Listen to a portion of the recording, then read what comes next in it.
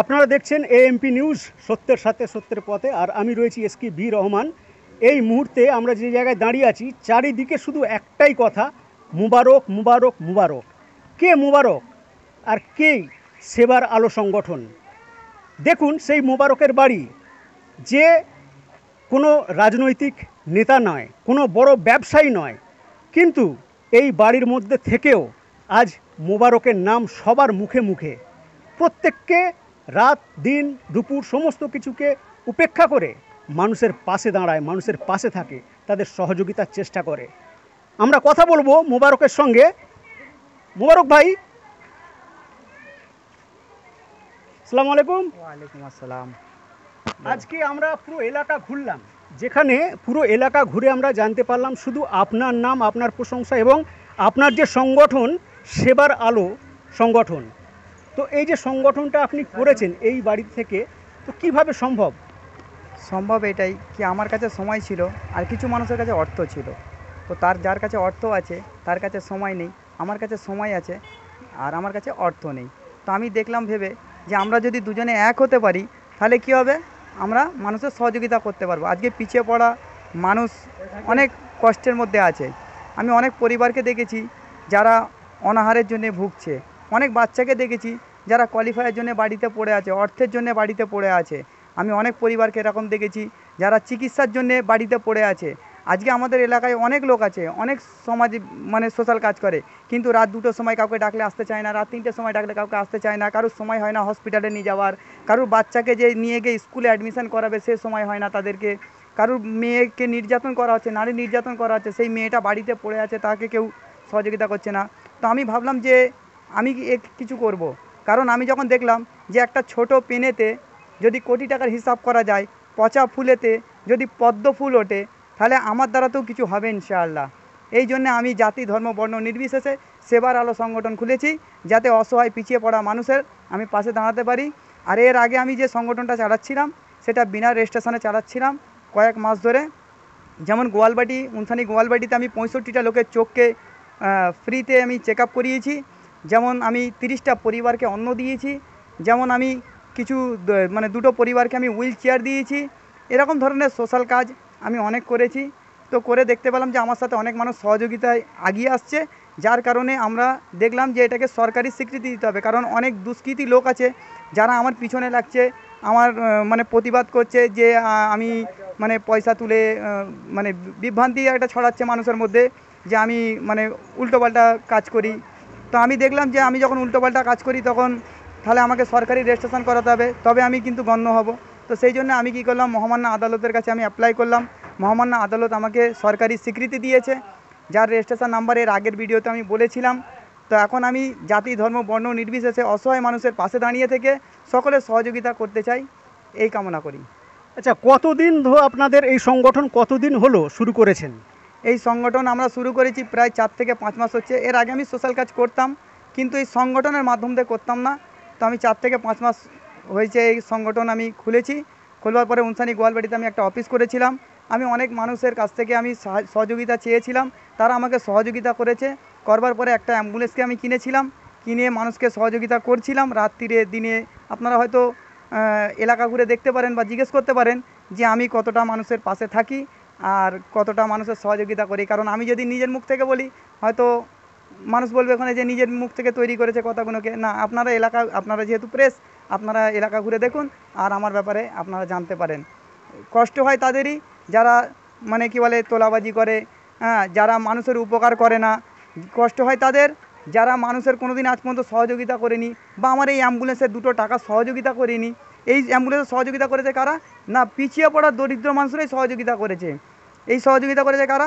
না, গোয়ালবাটির একজন করেছিল, ভালো করেছিল যিনি রশিদ আলী লস্কর, উনি আমাকে গোয়ালবাটি থেকে মোট 28,600 টাকা কালেকশন করে দিয়েছিল। হাজি বাদশাহ সাহেব কালেকশন করে দিয়েছিল আমাকে 22,000 টাকা। আমাদের আঞ্জুমদা বলে একজন আছে, উনি দিয়েছিল 20,000 টাকা। বাকি 200, 500, 100 করে এরকম অনেক লোক আমাকে সহযোগিতা করে আমাকে এই অ্যাম্বুলেন্সকে নিয়েছে। যখন পয়সা আর হয়ে উঠলো না, তখন আমার সংগঠনে যে সব মেম্বারগুলো ছিল তারা সকল মিলে কী করলো, কেউ 10,000, কেউ 20,000 টাকা দিয়ে আমরা এই গাড়িটাকে দাঁড় করালাম। তো যেমনটি আপনারা দেখলেন বা শুনলেন, কয়েক মাসের ব্যবধানে আজকে কিন্তু মানুষের মনের মণিকোঠায় পৌঁছে গেছে এই মোবারক ভাই এবং তার সংগঠন সেবার আলো সংগঠন।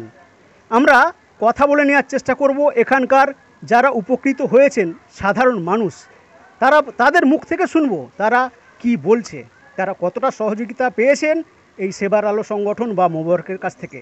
আসুন দেখে নেওয়া যাক। আমার মেয়ের বিয়ের সময় কেউ সহায়তা করেনি, মোবারক ভাইকে বলতে উনি আমাকে 10,000 টাকা সহায়তা আমার করেছে। ননদের বিয়ের সময় অনেকজনকে টাকা চাইছিল, কেউ দেয়নি, মুবারক ভাই দিয়েছিল 10,000 টাকা। এরকম সংগঠন দরকার আছে।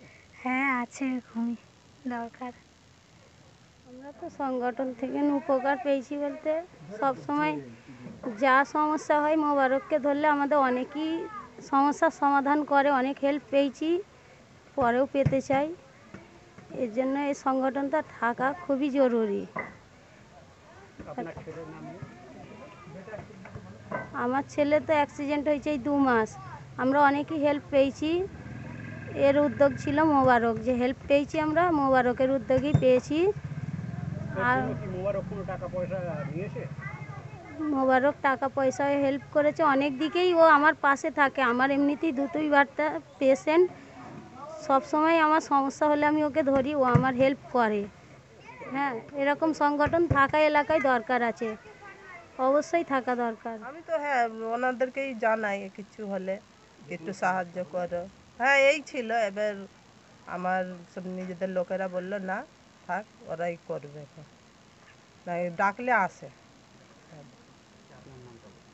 হ্যাঁ অবশ্যই, না করলে আপনাদের কাছে এসে দাঁড়াবন কেন?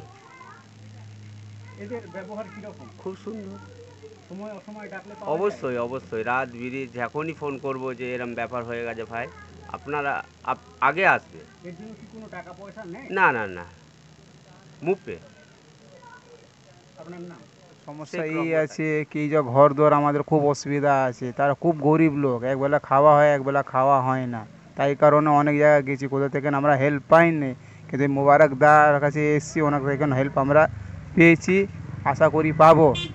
বাস এইটাই বলা আমার। সমস্যা এটা ছিল যে দিদির খুব পেটে ব্যথা ছিল, ওই টাইমে আমরা টোটো বা অন্য 4 চাকা গাড়ি করলাম, কিছু আমরা পাইনি। সেই টাইমে আমরা সংগঠনকে জানালাম যে এই ব্যাপার, উনি বিনামূল্যতে আমাদেরকে নিয়ে গেল হাওড়া হসপিটাল। প্রায় রাত 2:30-3টে বাজে। না, উনি সাথে ছিল, পুরো ফর্মালিটি পুরো করলো, তারপরে উনি এসেছেন। এরকম সংগঠন দরকার আছে, হ্যাঁ, নিশ্চয়, সাপোর্ট করেন। একদম সাপোর্ট করি। আমার नाम MD के लिए हेल्प किए हैं भैया, मैंने हर कुछ मैंने सुविधा करते, बोलना उलना, मैंने जो बात करते हैं भैया से हर चीज़ अच्छा करते हैं,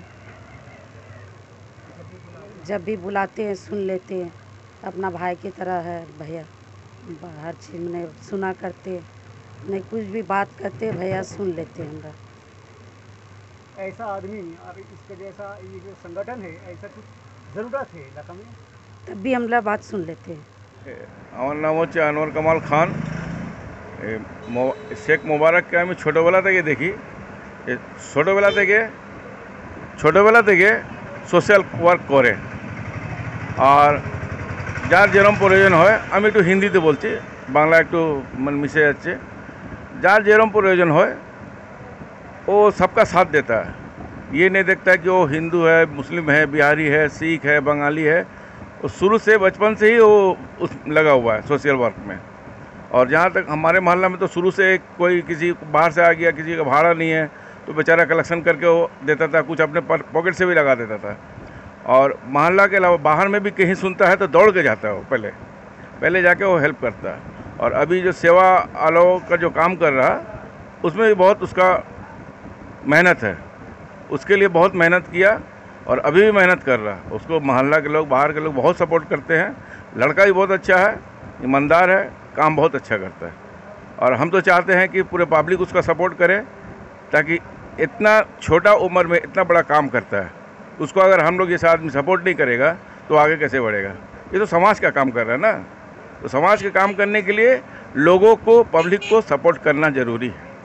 आज एक छोटे बच्चे को हाथ पकड़ के लेके आगे जाइएगा तब ना वो रास्ता देखेगा। अब उसको हाथ पकड़ के आगे नहीं लेके जाइए तो रास्ता कैसे देखेगा। तो उसको अभी हम लोग को हाथ पकड़ा के आगे जाना है, लेकर जाना है, तब जाके आगे बढ़ेगा। और आगे बढ़ भी रहा, ये है आवाम का सपोर्ट चाहिए, और अच्छा काम कर रहा है, और उसका दिल में इरादा भी है कि और अच्छा काम करें, और वो सभी धर्म के लोगों को लेकर काम करता है। ये नहीं कि ये है वो है फलाना है ढेकाना है, कुछ नहीं।